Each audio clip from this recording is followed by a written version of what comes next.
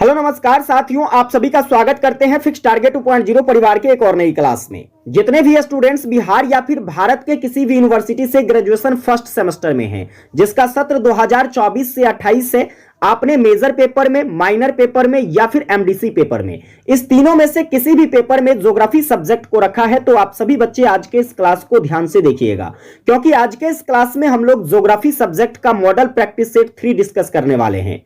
इससे पहले मैंने आपको 2 मॉडल प्रैक्टिस सेट करवाया है और ये दोनों मॉडल प्रैक्टिस सेट प्यारे बच्चे आपके एग्जाम पैटर्न के आधार पर टोटली जो है आपके 70 मार्क के क्वेश्चंस का हमने हर मॉडल प्रैक्टिस सेट में डिस्कशन किया है।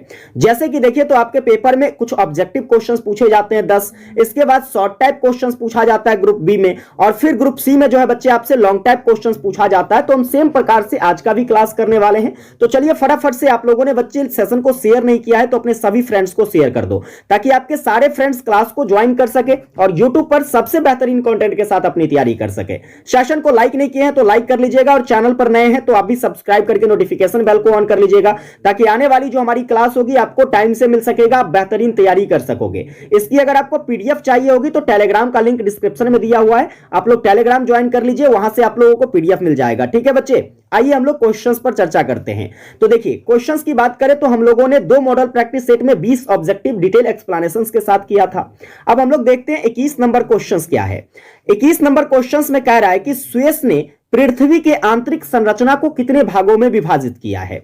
अब स्वेस की बात करते हैं तो देखो, यह एक भूगोलविद है, यानी कि भूगोल के जानकार को हम लोग भूगोलविद कहते हैं, और उसमें आपका स्वेस साहब है। ठीक है, इनके द्वारा क्या किया गया, तो पृथ्वी के आंतरिक संरचना का क्लासिफिकेशन किया गया। अब इसने कितने भागों में इसका क्लासिफिकेशन किया है, ये आपसे क्वेश्चंस पूछ रहा है। तो आप कहोगे सर, स्वेस के द्वारा जो है पृथ्वी के आंतरिक संरचना को 3 भागों में बांटा गया है। अब ये 3 भाग कौन कौन सा है, तो देखिए, हम सबसे पहले भाग की बात करते हैं तो इन्होंने बताया कि जो सबसे ऊपरी और सबसे पहला भाग होगा पृथ्वी का, वह क्या होगा बच्चे, सियाल होगा। ठीक है, सियाल को आप भूपर्वती भी कह सकते हैं। क्या कह सकते हैं बच्चे, सियाल को हम लोग भूपर्वती के नाम से भी जानते हैं। इसके बाद जो दूसरा भाग था जिसको इन्होंने सीमा का नाम दिया, या इसी को आप लोग मेंटल भी कह सकते हैं, सीमा कहिए या फिर क्या कहेंगे, मेंटल कहेंगे। इसके बाद जो तीसरा भाग था इसको इन्होंने नीफे कहा। ठीक है, और नीफे कह सकते हैं इसे, या फिर क्रोड कह सकते हैं। तो इस प्रकार से जो है 3 भागों में स्वेस ने पृथ्वी के आंतरिक संरचना को बांट दिया। अब देखिए, यहां पर कई सारे क्वेश्चंस और भी बन सकते हैं, जैसे कि अगर हम बात करते हैं मेंटल की। ठीक है, आपसे अगर पूछ लिया जाएगा कि बताओ मेंटल का जो सबसे ऊपरी परत होता है प्यारे बच्चे, इस ऊपरी परत को क्या कहा जाता है, तो मेंटल के सबसे ऊपरी परत को लिथोस्फीयर कहते हैं बच्चे। क्या कहते हैं, लिथोस्फीयर कहते हैं। अब बताइए आप लोग कमेंट करके फटाफट से। यहां पर देखिए, आपका जो सियाल है, सियाल का सबसे ऊपरी परत क्या कहलाता है और नीफे का सबसे ऊपरी परत क्या कहलाता है। मैंने ये चीजें आपको पिछले क्लास में काफी अच्छे तरीके से डिटेल में समझाया था। जल्दी से आप लोग कमेंट करके बताइएगा। इसके बाद देखिए, यहां से और भी कई सारे क्वेश्चंस बन सकते हैं, जैसे कि हम बात करते हैं, देखो सियाल की बात करते हैं तो प्यारे बच्चे, यह आपका किन किन तत्वों से मिलकर बना हुआ है, सीमा किन किन तत्वों से मिलकर बना हुआ है, और नीफे किन किन तत्वों से मिलकर के बना हुआ है। जल्दी से एक बार आप लोग कमेंट करके बता दीजिए, क्योंकि ये सारी चीजें मैंने आपको पिछले क्लास में पढ़ाया है। अब आइए आगे बढ़ते हैं। नेक्स्ट नंबर क्वेश्चन यहां पर कह रहा है कि हिमनदों की रचना जो है यह कहां होती है, हिमनदों की रचना। ठीक है, अब देखिए, हिमनद की बात करते हैं प्यारे बच्चे, तो यहां पर यह आपके हिम आच्छादित क्षेत्रों में जो है निर्मित होता है। हिम आच्छादित क्षेत्र में किसका निर्माण होगा, हिमनद का निर्माण होगा। आगे देखिए, यहां पर और भी कई सारे क्वेश्चंस देखते हैं, जैसे कि अगर हम बात करें हिम आच्छादित क्षेत्रों की, तो इसमें जो है बच्चे आपके हिमोद देखने को मिलता है। क्या देखने को मिलता है, हिमोद देखने को मिलता है। इसके साथ साथ इसी क्षेत्र में जो है आपको ड्रमलीन देखने को मिलेगा। तो आपसे क्वेश्चंस पूछा जा सकता है कि ड्रमलीन जो है प्यारे बच्चे, यह किस क्षेत्र में पाया जाता है। आप कहोगे सर, हिम आच्छादित क्षेत्र में पाया जाता है। हिमोद जो है यह किस क्षेत्र में पाया जाता है, तो हिम आच्छादित क्षेत्र में पाया जाता है। इस तरीके से आपके पेपर में क्वेश्चंस बनाए जा सकते हैं। चलिए अगला सवाल देखते हैं। आपका नेक्स्ट क्वेश्चन कहता है कि पंख किस प्रकार का महासागरीय निक्षेप है। पंख की बात हो रही है और यह एक प्रकार का महासागरीय निक्षेप है, तो किस प्रकार का महासागरीय निक्षेप है। क्या यह तटीय निक्षेप है, गंभीर सागरीय निक्षेप है, ज्वालामुखी निक्षेप है या फिर स्थलीय निक्षेप है? भाई महासागरीय निक्षेप की बात होगी तो यहां पर आपका ये क्या हो जाएगा, गंभीर सागरीय निक्षेप हो जाएगा। ऑप्शन बी यहां पर सही हो जाएगा। लेकिन चलिए यहां पर अगर हम बात कर लेते हैं महासागरीय निक्षेप की, तो पेपर में आपसे पूछा जा सकता है कि महासागरीय निक्षेप कितने प्रकार के होते हैं? आप कहोगे गुरुजी महासागरीय निक्षेप जो है ये 3 प्रकार के होते हैं। अब वो 3 प्रकार कौन कौन सा होता है, चलिए चर्चा करते हैं। जैसे कि देखिए सबसे पहला आपका हो जाता है कीचड़। क्या हो जाता है? कीचड़, जिसको आप लोग जो है स्थल जात निक्षेप कहते हैं। क्या कहते हैं? इसको आप लोग स्थल जात निक्षेप कहते हैं। दूसरा जो है प्यारे बच्चे आपका हो जाता है ओजोन। ठीक है, ओजोन। ओजोन जो होता है यह आपका जो है पेल्जिक निक्षेप होता है। क्या हो जाता है? पेल्जिक निक्षेप हो जाता है। इसके बाद तीसरा हो जाता है आपका मिट्टी। तीसरा क्या हो जाता है बच्चे? मिट्टी हो जाता है, जो कि आपका ज्वालामुखी धूल होता है। क्या होता है बच्चे? यह एक ज्वालामुखी जो है यह एक ज्वालामुखी धूल होता है। तो इस तरीके से आप लोगों को ये तीनों प्रकार याद रखने हैं महासागरीय निक्षेप के। चलिए आगे देखते हैं अगला सवाल। आपका नेक्स्ट क्वेश्चन कहता है कि संवहन द्वारा संवहन धारा का सिद्धांत जो है यह किसने प्रतिपादित किया था? मोस्ट इंपोर्टेंट क्वेश्चन रहेगा आपके पेपर के लिए, संवहन धारा का सिद्धांत। इस सिद्धांत का प्रतिपादन प्यारे बच्चे आर्थर हॉब्स के द्वारा किया गया था। किसके द्वारा किया गया? आर्थर हॉब्स के द्वारा संवहन धारा का सिद्धांत दिया गया। चलिए इसके बाद और भी देखिए यहां पर, जैसे कि वैगनर की बात करते हैं, तो वैगनर साहब के द्वारा जो है यह महाद्वीपीय विस्थापन सिद्धांत दिया गया था। क्या दिया गया बच्चे? महाद्वीपीय विस्थापन सिद्धांत किसने दिया? आप कहोगे सर वैगनर के द्वारा दिया गया। इसके बाद देखिए हेस की बात करते हैं, तो हेस के द्वारा जो है प्यारे बच्चे यह कौन सा सिद्धांत दिया गया था? तो सागरीय अधस्थल विस्तार सिद्धांत। ठीक है, सागरीय अधस्थल विस्तार सिद्धांत जो है यह किसने दिया था? तो हेस ने दिया था। जेम्स जीन्स की बात करते हैं, जेम्स जीन्स के द्वारा जो है ज्वारीय सिद्धांत दिया गया। कौन सा सिद्धांत दिया गया? जेम्स, ज से जेम्स और ज से ज्वारीय सिद्धांत। ठीक है, चलिए इसके बाद और भी क्वेश्चंस बन सकते हैं, जैसे कि जेम्स जीन्स की बात करते हैं तो इसकी दो पुस्तक का नाम आपको याद रखना है जो कि पेपर में पूछा जा सकता है। जैसे कि बात करते हैं, क्वेश्चंस पूछा जाएगा कि द यूनिवर्स अराउंड अस। ठीक है, the universe around us, the universe around us नाम का पुस्तक जो है प्यारे बच्चे किसने लिखा है? तो जेम्स जीन्स ने लिखा है। कब लिखा गया था यह पुस्तक? तो 1929 ईस्वी में लिखा गया था। इसके बाद आपसे पूछा जा सकता है थ्रू स्पेस एंड टाइम। क्या पूछा जा सकता है? थ्रू स्पेस एंड टाइम नाम का पुस्तक जो है प्यारे बच्चे यह किसने लिखा है? तो आप कहोगे सर जेम्स जीन्स के द्वारा लिखा गया। यह पुस्तक कब आया था? तो 1934 में प्रकाशित हुआ था। तो इस तरह से जो है सारे प्रश्नों को आपको याद रखनी है। चलिए अगला सवाल देखते हैं। आपका नेक्स्ट क्वेश्चन कहता है कि हिमानी अपर्दन से निर्मित प्रमुख भू आकृति कौन सा है? ठीक है, हिमानी अपर्दन से निर्मित कह रहा है, तो भाई साहब आपका क्या हो जाएगा? यहां पर नुनाटक हो जाएगा। क्या हो जाएगा? नुनाटक जो है यह आपके हिमानी अपर्दन से बनने वाली एक भू आकृति है। जैसे कि यहां पर देखिए और भी कई सारे ऑप्शन है। ड्रमलिन की बात करते हैं, तो ड्रमलिन जो होता है प्यारे बच्चे यह हिमनद के बहाव के कारण बनता है। किसके कारण?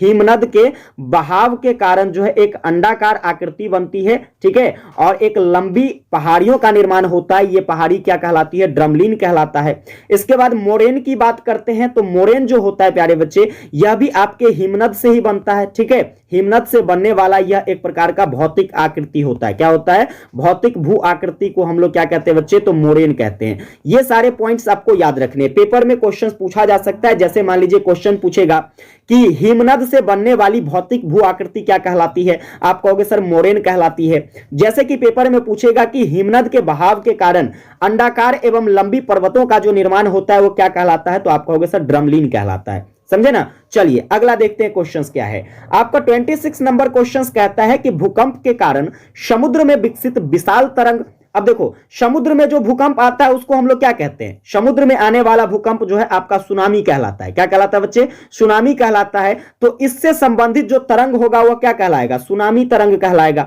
है कि नहीं? तो ऑप्शन नंबर यहां पर सी सही हो जाएगा। इसके बाद चलिए बात हो रही है भूकंप की, तो थोड़ा सा और यहां पर डिटेल में चीजों को समझते हैं। जैसे कि पेपर में आपसे पूछा जाएगा कि भूकंप से उत्पन्न होने वाला जो तरंग है, ठीक है, नोट करिए, भूकंप से उत्पन्न होने वाला जो तरंग है प्यारे बच्चे उसको हम लोग क्या कहते हैं? तो आप कहोगे सर इंफ्रासोनिक तरंग कहते हैं। क्या कहते हैं?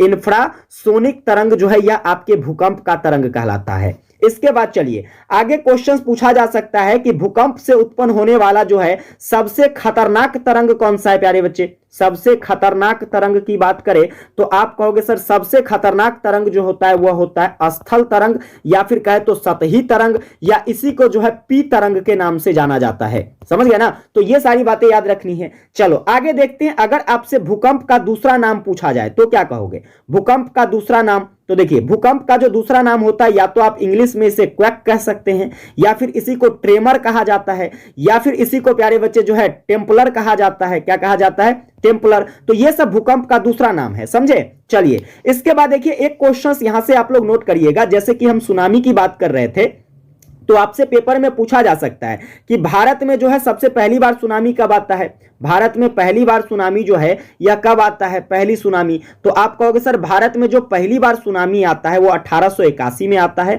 कहां पर आता है, तो आपके बंगाल के खाड़ी के आसपास, ठीक है। बंगाल के खाड़ी के निकट जो है क्या होता है, तो ये भारत में सबसे पहली बार सुनामी आता है 1881 ईस्वी में। चलिए आगे बढ़ते हैं, अगला सवाल देखते हैं। आपका 27 नंबर क्वेश्चन कहता है कि मध्य सागरीय कटकों में भूकंप उद्गम क्षेत्र कौन सा है। मध्य सागरीय कटक, ठीक है। तो यहां पर आपके जो भूकंप के उद्गम के क्षेत्र की बात करें तो यह आपको कम गहराई में देखने को मिल जाती है, ठीक है। क्योंकि देखिए सागरीय तल पर जो है आपको गहराई आपके पृथ्वी के सतहों का बहुत कम देखने को मिलता है, इसीलिए यहां पर यह क्या हो जाएगा, तो कम गहराई में हो जाएगा। चलिए आगे देखें, 28 नंबर क्वेश्चन कहता है निम्न में कौन सा जो है अपक्षयन है। अब अपक्षयन की बात करते हैं, किससे अपक्षयन की क्रिया होती है। जैसे वर्षा, वर्षा से क्या होता है, अपक्षयन होता है, क्योंकि वर्षा के जल से जो है मिट्टी का कटाव होता है तो अपक्षयन होती है। इसके बाद पाला, पाला क्या होता है बच्चे, पाला जो होता है यह एक बर्फ का रूप होता है। किसका रूप होता है, पाला, बर्फ का रूप होता है पाला।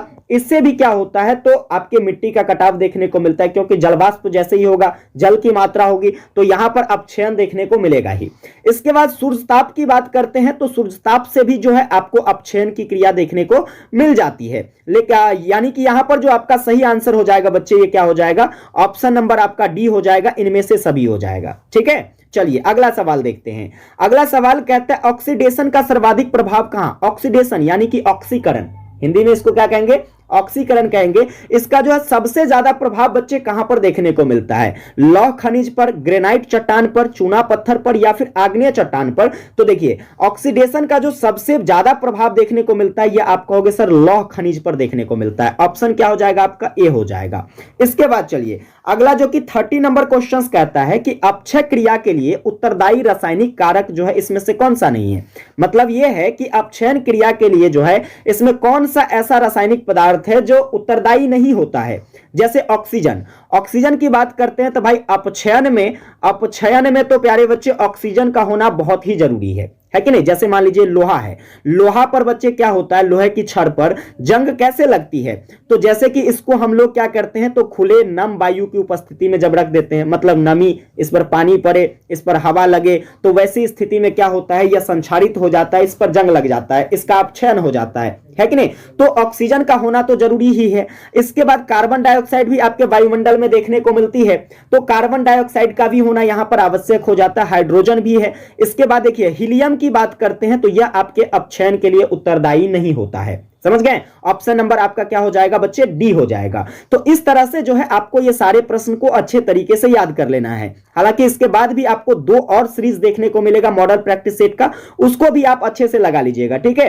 अगर इन सभी क्वेश्चंस को आप अच्छे से कर लेते हो बच्चे, तो आपके पेपर में जो 10 गो ऑब्जेक्टिव क्वेश्चन पूछा जाएगा ना, 100% देखने को मिलेगा आपको हमारे क्लास से पूछा गया है, और आप इजी तरीके से क्वेश्चंस को हल करके आओगे। अब आइए आगे बढ़ते हैं। देखिए अगला नंबर ग्रुप की बात करेंगे बच्चे, तो आपसे जो है पेपर में अगला नंबर बी ग्रुप में आपसे शॉर्ट टाइप क्वेश्चंस पूछा जाता है। और शॉर्ट टाइप क्वेश्चंस में प्यारे बच्चे आपको जो है 6 गो क्वेश्चंस या 7 गो क्वेश्चंस पूछेगा, इसमें से आपको 4 गो क्वेश्चंस बनाना होता है। अब चलिए इससे पहले देखिए, तो जो मैं पहले मॉडल प्रैक्टिस सेट करवाया था उसमें आपको मैंने 4-4, 8 को क्वेश्चंस करवा दिया है। आगे देखेंगे हम लोग 9वां क्वेश्चंस क्या करना है।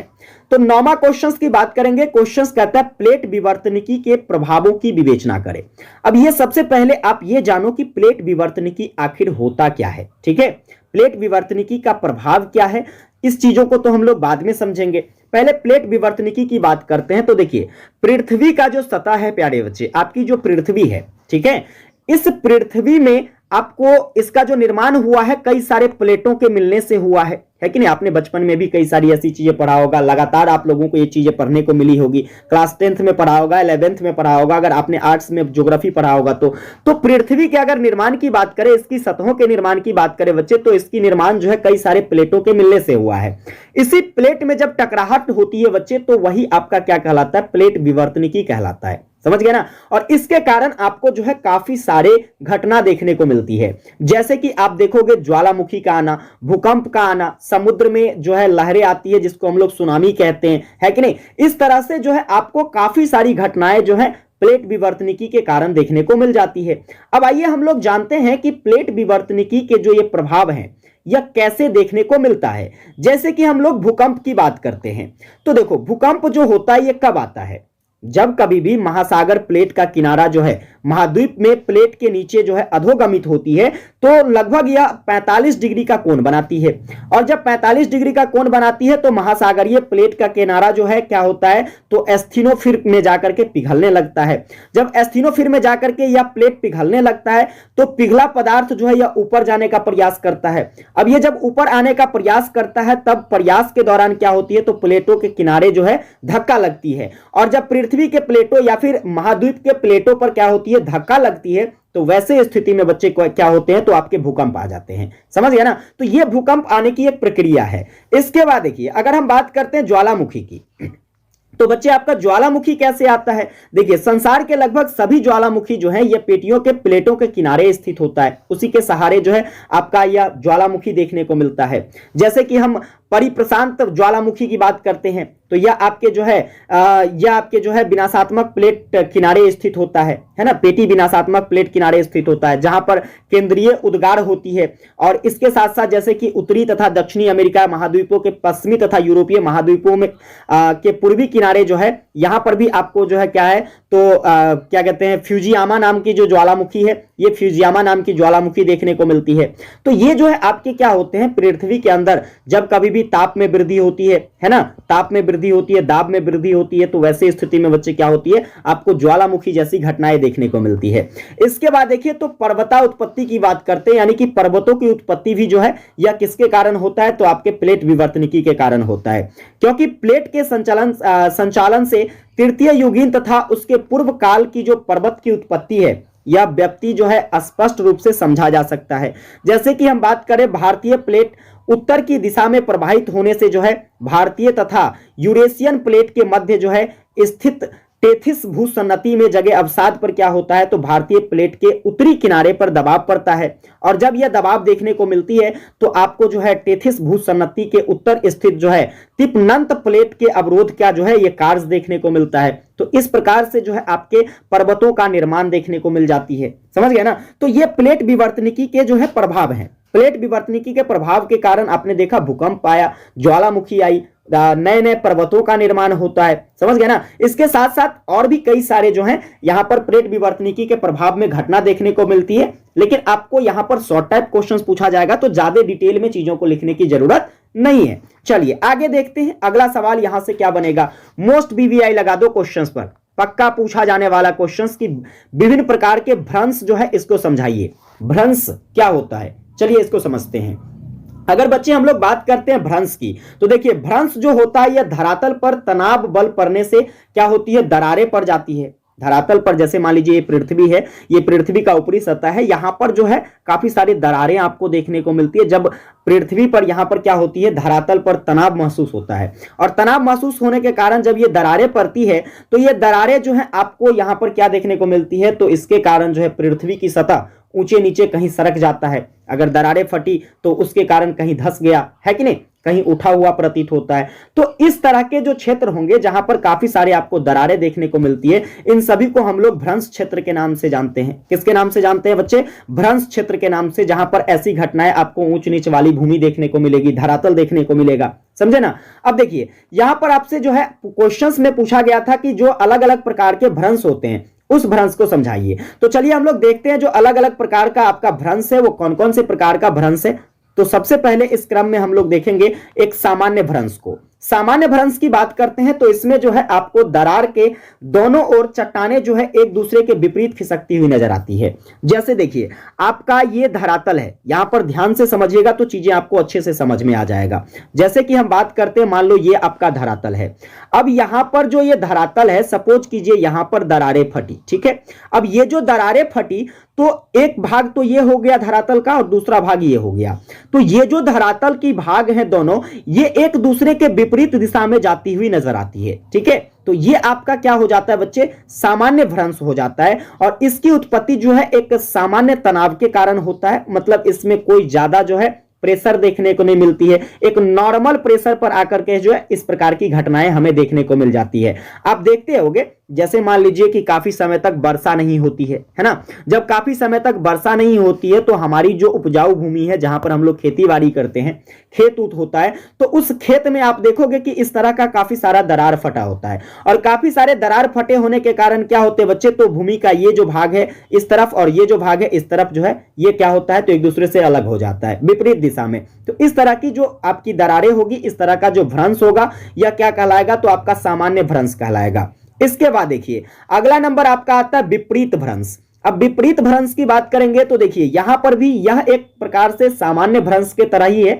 लेकिन इसमें होता क्या है, तो इसमें जो है आप देखोगे जब भी इस प्रकार की घटनाएं होगी बच्चे, ठीक है, जब भी आपको इस प्रकार की घटनाएं देखने को मिलेगी तो यहां पर जैसे कि दरार फटती है, तो दरार फटने के उपरांत जैसे सामान्य भ्रंश में चीजें जो है विपरीत जा रहा था, उसमें ऐसा नहीं होता है। यहां पर विपरीत भ्रंश में जो है बच्चे क्या होती है, तो ये दोनों एक ही दिशा में जाने लगते हैं। और ऐसा भी देखने को मिलता है कभी कभी ये जो है एक दूसरे के ऊपर भी चढ़ जाता है ना। और जब ये एक दूसरे के ऊपर चढ़ जाता है तो उसको हम लोग जो है क्या कहते हैं, उत्क्रम भ्रंश के नाम से जानते हैं। किसके नाम से जानते हैं बच्चे, उत्क्रम भ्रंश के नाम से। इसके बाद चलिए अगला नंबर जो भ्रंश है आपका वो है आरूढ़ मोड़ से उत्पन्न भ्रंश। आरूढ़ मोड़ कहने का मतलब क्या है, देखिए आरूढ़ मोड़ का मतलब यह है कि कभी कभी क्या होता है कि प्रेशर होने के कारण, यानी कि दबाव होने के कारण बच्चे जो है किसी चीजों में मुड़ाव आ जाता है। जैसे मान लीजिए कोई एक छड़ है, इस पर हम इधर से भी प्रेशर बना रहे हैं, इधर से भी प्रेशर बना रहे हैं, तो ये जो है क्या होती है, ऐसे झुक जाती है ना। तो कुछ इस प्रकार के जो आपके भ्रंश होंगे जो कि क्या होता है, तो मोड़ के ऊपरी भाग पर टूटकर जो है एक दूसरे से दूर होता है। जैसे यहां पर ये मुड़ा, और मुड़ा होने के कारण यहां पर बच्चे जो है जैसे कि मान लीजिए मुड़ने के बाद यहां से ये टूट गया, तो ये जो आपका भ्रंश कहलाएगा, ये क्या कहलाएगा बच्चे, तो आरूढ़ मोड़ से उत्पन्न होने वाला भ्रंश कहलाएगा, समझे।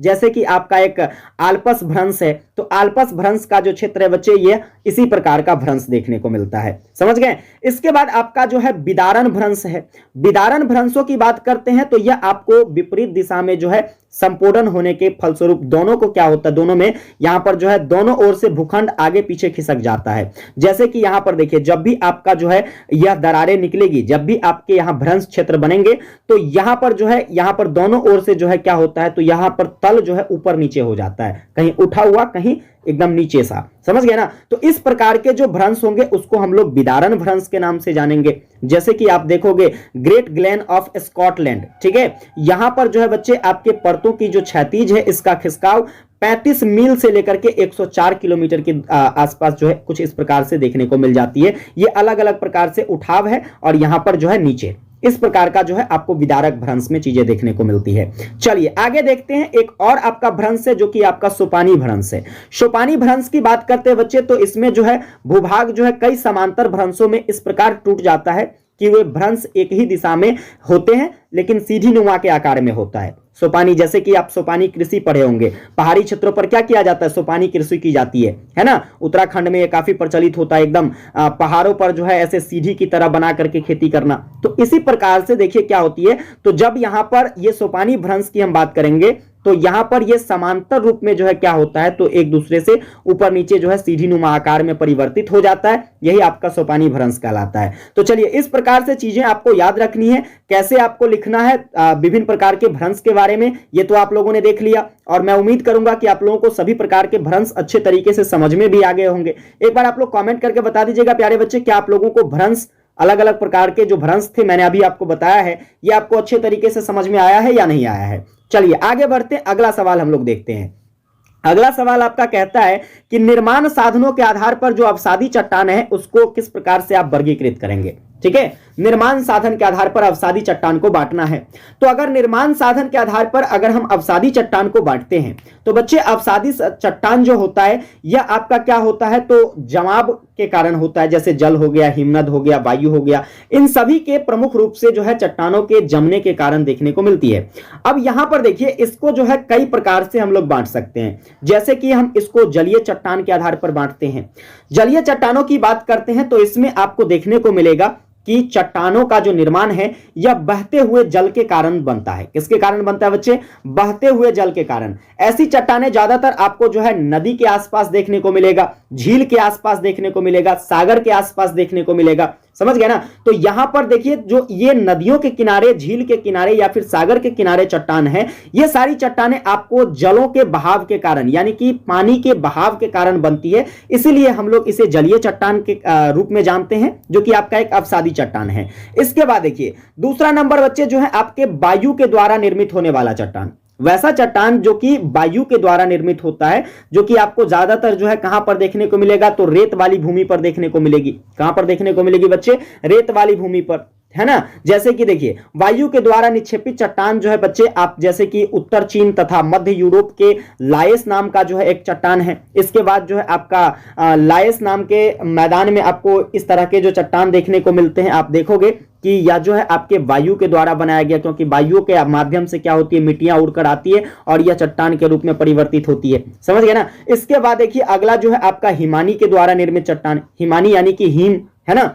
इस हिम क्षेत्रों में जब आप अवसादों का जमाव देखेंगे तो वह बच्चे क्या होते हैं, तो हिम के द्वारा वह चट्टान जमते हैं, इसलिए हम लोग इसे जो है हिमानी के द्वारा निर्मित चट्टान के नाम से जानते हैं, जो कि आपका एक अवसादी चट्टान का प्रकार है। और इस चट्टान को बच्चे हम लोग, इस जमाव को हम लोग जो है मोरेन के नाम से जानते हैं, जो कि मैंने आपको ऑब्जेक्टिव्स में भी कराया था, है कि नहीं। जैसे कि आपके मोरेन जो होते हैं वो क्या होते हैं, तो हिमानी के द्वारा निर्मित चट्टान होता है। बस आपको ये चीजें याद रखनी है। और ये जो चट्टान है बच्चे आपको उत्तरी अमेरिका तथा यूरोप के उत्तरी भागों में देखने को मिलती है। समझ गए? चलिए, तो इस तरह से जो है आपको निर्माण साधन के आधार पर अवसादी चट्टान को क्या करना है, वर्गीकृत करना है। मैं उम्मीद करूंगा कि आपको ये तीनों चट्टानें समझ में आ गई होगी, किस प्रकार से जो है जलीय चट्टान का निर्माण होता है। भाई जलों के बहाव के कारण जो चट्टानें निर्मित होगी वह चट्टान क्या कहलाएगा भाई, तो वह चट्टान आपका जो है जलीय अवसादी चट्टान कहलाएगा। इसके बाद वायु के द्वारा जो भी अवसाद का निर्माण होगा, जो भी अवसाद का जमाव होगा, वह आपके वायु के द्वारा निर्मित अवसादी चट्टान कहलाएगा। हिम के द्वारा यानी कि बर्फों के द्वारा बच्चे जिस अवसादों का जो है जमाव होगा वह क्या कहलाएगा आपका, तो हिमानी के द्वारा निर्मित चट्टान कहलाएगा। समझे ना? चलिए आगे बढ़ते हैं। अगला नंबर क्वेश्चंस, मोस्ट बीवीआई लगा लो इस पर भी, ये भी क्वेश्चंस पूछा जाने वाला है। जैसे कि लाप्लास के निहारिका परिकल्पना की बात करते हैं। क्वेश्चंस क्या कर रहा है बच्चे, लाप्लास के निहारिका परिकल्पना को समझाइए। अब आइए हम लोग समझते हैं कि लाप्लास जो कि एक भूगोलविद हैं, उनके द्वारा निहारिका के संबंध में कौन सी परिकल्पनाएं दी गई है, उन्होंने अपना किस प्रकार से मत रखा है। तो देखिए हम बात करते हैं लाप्लास जी की, तो 1796 ईस्वी में एक फ्रेंच भूगोल शास्त्री थे जिसका नाम था एमडी लाप्लास। इन्होंने पृथ्वी और स्थल मंडल के उत्पत्ति के संबंध में अपनी राय देते हुए कांट साहब के जो है वाकव्य परिकल्पना का संशोधन किया। ठीक है, मतलब इससे पहले जो है, लाप्लास से पहले कांट ने एक वाकव्य जो है क्या कहते हैं, वाकव्य नाम की एक परिकल्पना दिए थे। इस वाकव्य परिकल्पना को इन्होंने क्या किया लाप्लास ने, तो इसको जो है, इसमें जो भी कमी रह गया था उस कमी को दूर करते हुए इन्होंने अपनी जो है निहारिका परिकल्पना दी। इन्होंने अपने एक पुस्तक जिसका नाम था exposition of the world system, इस exposition of the world system में क्या किया, इन्होंने इस लाप्लास परिकल्पना निहारिका परिकल्पना के सिद्धांत को दिया था। समझे ना? इसका एकमात्र उद्देश्य था प्यारे बच्चे कि जो भी कांट की परिकल्पना है उस परिकल्पना में जो दोष दिख रहा है उस दोष को दूर करना। क्योंकि देखिए कांट साहब ने बताया था कि निहारिका के कणों में टकराव जो है, टकराव के कारण ताप उत्पन्न नहीं होता है। मतलब जो आपकी निहारिका है, जो आपके ग्रह हैं, ठीक है, या फिर जो आपके क्या आकाशीय पिंड हैं, उन सभी आकाशीय पिंडों में जब टकराव होता है तो वहां पर जो है ताप उत्पन्न नहीं होता है। साथ में इसके जो कण टकराते हैं आपस में, तो यहां से गति भी उत्पन्न नहीं होती है। तो इस तरह की बात जो है कांट साहब ने बताया था। लेकिन इसकी स्पष्टीकरण करते हुए लाप्लास ने निहारिका परिकल्पना जो बताया, उन्होंने बताया कि इनकी कमियों को दूर करने के लिए उन्होंने ब्रह्मांड में पहले ही विशालकाय तत्वों की गतिशीलता को जो है निहारिका बताया था। क्या बताया था? जो भी गतिशील कण हैं, उन सभी गतिशील कण को जो है क्या कहते हैं हम लोग, निहारिका कहते हैं। यह निरंतर जो है ठंडी होकर क्या करती है, तो अपने आकार को सिकुड़ लेती है। मतलब जैसे ही यह ठंडी होती है आपकी निहारिका, वह क्या होता है, तो वह सिकुड़ जाता है, और जैसे ही यह सिकुड़ेगा तो इसके आयतन में क्या आ जाएगी बच्चे, कमी आ जाएगा। ठीक है, और आयतन में कमी जब आ जाती है तो तीव्र गति के कारण निहारिका का मध्य भाग जो यह हल्का होकर के थोड़ा सा ऊपर उठ जाता है और यह ठंडा हो जाता है। समझ गए? और यह ठंडा भाग जो है निहारिका के साथ गति नहीं कर सकता। जो ये ठंडा भाग होता है वह निहारिका के साथ क्या नहीं कर सकता है, गति नहीं कर सकता है। इसके परिणाम स्वरूप यह भाग जो है उससे अलग हो जाता है, और यह अभी जो है वर्तमान में अलग अलग प्रकार से जो आपको 9 ग्रह देखने को मिलते हैं, कुछ इस प्रकार से जो है 9 ग्रहों का निर्माण करती है। क्योंकि जैसे ही यह ठंडा होकर के नीचे की तरफ झुक जाता है और नीचे की तरफ झुकने के बाद एक दूसरे से यह अलग हो जाता है, तो वैसी स्थिति में जब अलग होता है तो यहां से क्या होती है, अलग अलग ग्रहों का निर्माण होता है। समझ गए? और कालांतर में आप देखोगे जो इसके कई सारे उपग्रह रहे हैं। जैसे देखिए आपके पृथ्वी की बात करते हैं, आपका पृथ्वी भी एक उपग्रह है। इसके उपग्रह की बात करते हैं तो आप चंद्रमा जो है एकमात्र उपग्रह है हमारे पृथ्वी का। इसी तरीके से जो है सौर मंडल में आपको 9 ग्रह देखने को मिलते हैं। उन सभी 9 ग्रहों का बच्चे क्या है, तो उन सभी 9 ग्रहों का, हालांकि अभी अगर कहिएगा तो वैसे हम 8 ग्रहों के बारे में जानते हैं। विशेष रूप से देखिए तो आप ग्रहों की संख्या ऐसे याद रख सकते हैं, जैसे आप दिन के नाम तो पता है आपको, है ना। दिन का नाम अगर आपको पता है तो आप लोग उसमें सोमवार को छोड़ दीजिए, है ना, और रविवार को छोड़ दीजिए। बाकी जो है आपके जितने भी दिन हैं वो सारे दिन, जैसे आपके मंगल हो जाते हैं, बुध हो जाते हैं, इसके बाद आपका बृहस्पति हो जाता है ना, बृहस्पति हो जाता है। इसके बाद बात करेंगे बच्चे तो आपका जैसे कि शुक्र हो जाता है, फिर आपका शनि हो जाता है। तो ये सब आपका ग्रह हो गया। इसके बाद देखिए तो आपका पृथ्वी हो जाता है, इसके बाद आपका वरुण हो जाता है, और इसके बाद आपका अरुण हो जाता है। तो ये 8 गो ग्रह हैं आपके, क्या है बच्चे, 8 गो अभी वर्तमान के ग्रह हैं। और इन सभी ग्रहों का जो है बच्चे कहां से निर्माण होता है, तो इन्हीं निहारिकाओं से निर्माण होती है। समझ गए? चलिए आगे बात यहां से देखिए तो जैसे कि देखेंगे सबसे बड़का ग्रह जो है आपका कौन सा ग्रह हो जाता है, बृहस्पति ग्रह हो जाता है। समझे ना, ऑब्जेक्टिव में सब पूछा जा सकता है। मंगल ग्रह की बात करते हैं बच्चे तो आपका जो है क्या है, मंगल ग्रह की बात करते हैं तो इसको हम लोग लाल तारा के नाम से जानते हैं। बुध ग्रह की बात करते हैं, ठीक है, या फिर शुक्र ग्रह की बात करते हैं। जैसे देखिए यहां पर आपको कई सारे क्वेश्चंस बन सकते हैं, नीला ग्रह किसको कहते हैं, पृथ्वी को कहते हैं। तो कई सारे क्वेश्चंस यहां से बना करके पूछे जा सकते हैं। समझ में आई बात? चलिए, तो इस तरह से चीजों को आपको याद रखना है। लाप्लास ने निहारिका परिकल्पना में क्या बताया है, कैसे जो है इन्होंने कांट की बातों को गलत साबित करते हुए अपनी एक नई परिकल्पना जो है निहारिका के संबंध में दिया है। समझे? चलिए आगे बढ़ते हैं, अगला सवाल देखते हैं। अब यहां से देखो बच्चे तो आपका जो अगला सवाल रहने वाला है वो आपके ग्रुप नंबर सी से रहने वाला है। अभी तक देखिए यहां पर हम लोग ग्रुप बी पर जो चर्चा कर रहे थे, आपको टोटल जो है 4 यहां पर शॉर्ट टाइप क्वेश्चंस करने थे। मैंने काफी डिटेल में यहां पर 4 शॉर्ट टाइप क्वेश्चंस कराया है। मैं उम्मीद करूंगा बच्चे आप लोगों को ये सारे क्वेश्चंस अच्छे तरीके से समझ में आ गया होगा। एक बार आप लोग कमेंट कर दीजिएगा। अब आइए हम लोग ग्रुप नंबर सी पर चर्चा करते हैं। तो देखिए यहां से पेपर में जो है आपको 3 गो लॉन्ग टाइप क्वेश्चंस पूछेगा। 3 गो लॉन्ग टाइप क्वेश्चंस बनाने के लिए पूछेगा, हालांकि क्वेश्चंस 5 गो पूछेगा। ठीक है, अब ये 10-10 नंबर क्वेश्चंस है। इसमें मैंने 2 क्वेश्चंस तो पिछले क्लास में करा दिया है। आज हम लोग तीसरा क्वेश्चंस देखेंगे। देखिए तीसरा क्वेश्चंस प्यारे बच्चे आपको क्या करना है, भूकंप के कारणों और परिणामों की विवेचना करना है। बहुत ही इंपॉर्टेंट रहेगा आपके एग्जाम के लिए। चलिए बच्चे हम लोग जानते हैं कि भूकंप के कौन कौन से कारण हैं और इससे जो है कौन कौन सा परिणाम होता है। जैसे कि अगर हम भूकंप की बात करते हैं तो बच्चे भूकंप जो है यह प्राय पृथ्वी के कमजोर और अव्यवस्थित पटल के सहारे अधिक आता है। मतलब पृथ्वी का वैसा पटल जो कमजोर होगा, पृथ्वी का वैसा पटल जो अव्यवस्थित होगा, है ना, वैसे प्लेटों के वैसे सतहों पर क्या होती है बच्चे, तो आपके भूकंप देखने को मिलते हैं। भूकंप के कारण जो है भूमिगत चलन और अपूर्णता की जो स्थिति है ये पैदा होती है। इसके कारण जो है भूकंप के परिणाम अस्थायी माना जाता है। समझ गए ना। और इसके जो प्रभाव होते हैं बच्चे, ये भी काफी सारे प्रभाव देखने को मिलते हैं। जैसे कि आप देखोगे समुद्री तटों पर जो है, इसके बाद जल की आपूर्ति, भूमि का बदलाव देखने को मिल जाता है। इसके बाद जो है जीवन की सुरक्षा में भी काफी सारे जो है कमियां देखने को मिल जाती है, काफी सारे जान माल की क्षति हो जाती है। भूमि क्या होता है, तो जैसे ही भूकंप आता है तो कहीं धंस जाती है, कहीं उठ जाता है। तो ये भूमि के क्षेत्र में भी क्या होता है, तो भूमि के सतह में भी काफी सारे बदलाव देखने को मिलते हैं। इसके अतिरिक्त और भी देखोगे तो इससे कई सारी खतराएं देखने को मिलती है, जैसे कि भूमिगत भूस्खलन होता है, भूमि के खादानों का बिगड़ना, इस प्रकार की घटनाएं देखने को मिलती है। तो इस तरह से काफी सारे जो है हानिकारक घटना आपको भूकंप से देखने को मिलता है। अब चलिए हम लोग जानते हैं कि भूकंप के कारण क्या है। किस कारण से भूकंप आता है बच्चे? तो सबसे पहला जो सबसे प्रमुख कारण है वो है प्लेट विवर्तनिकी। समझ गए ना?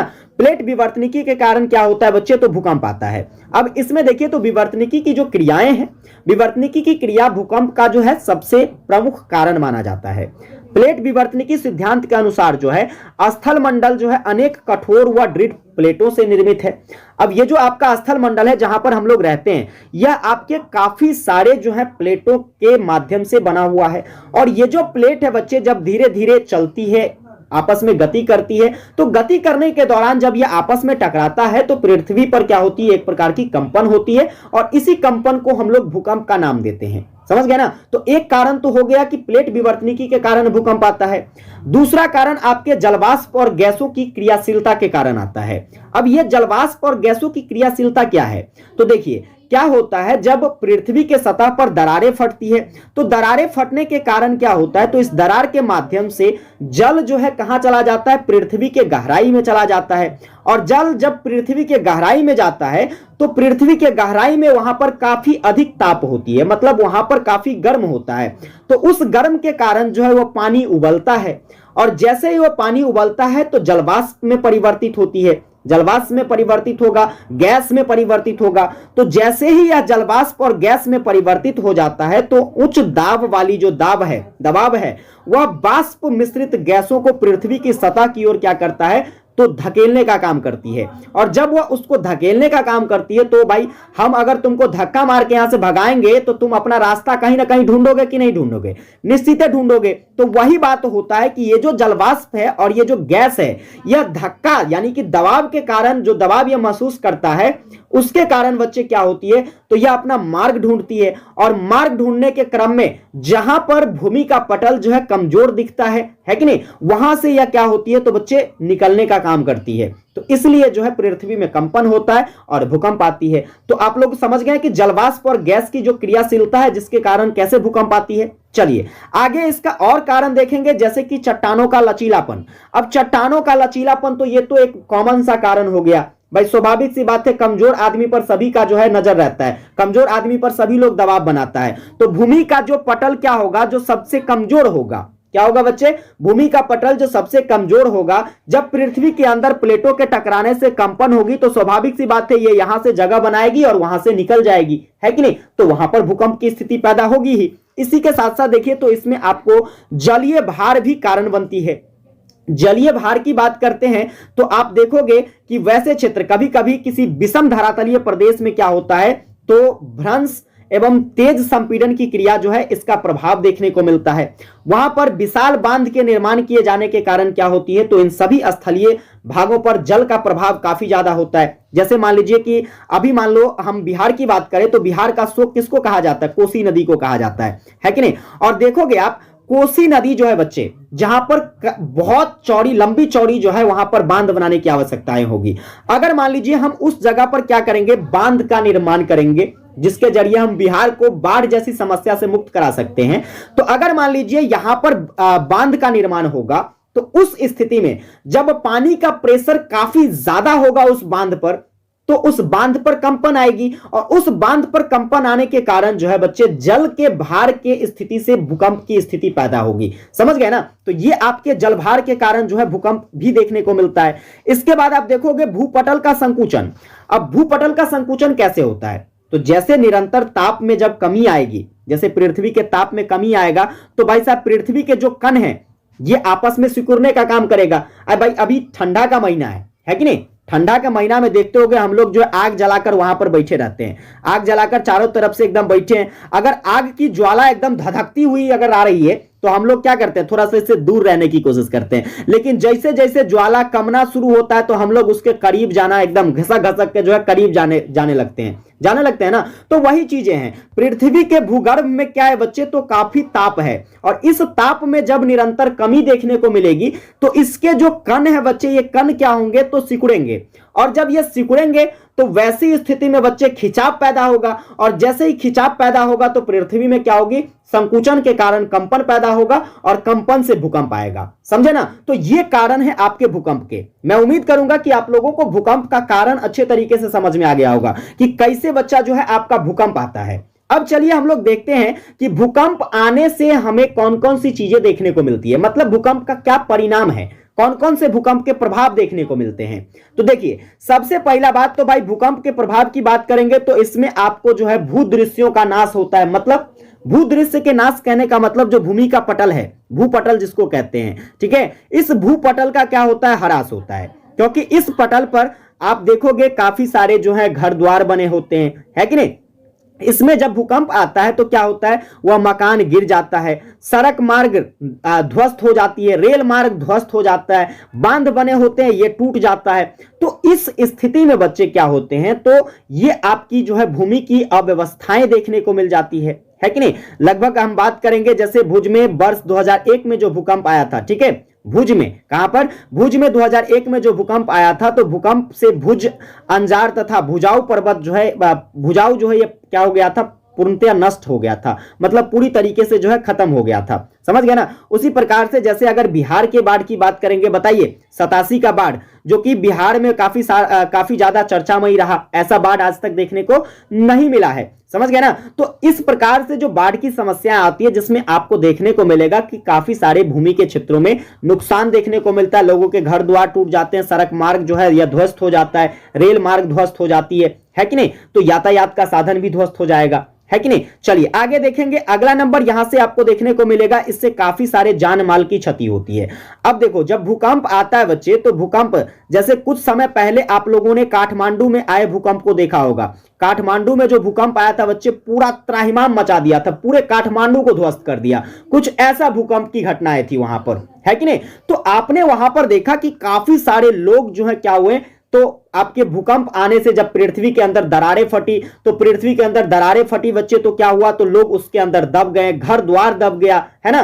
तो इससे काफी सारे लोगों की क्षति हुई, साथ में काफी सारे जो है जीव जंतुओं का क्षति देखने को मिलता है।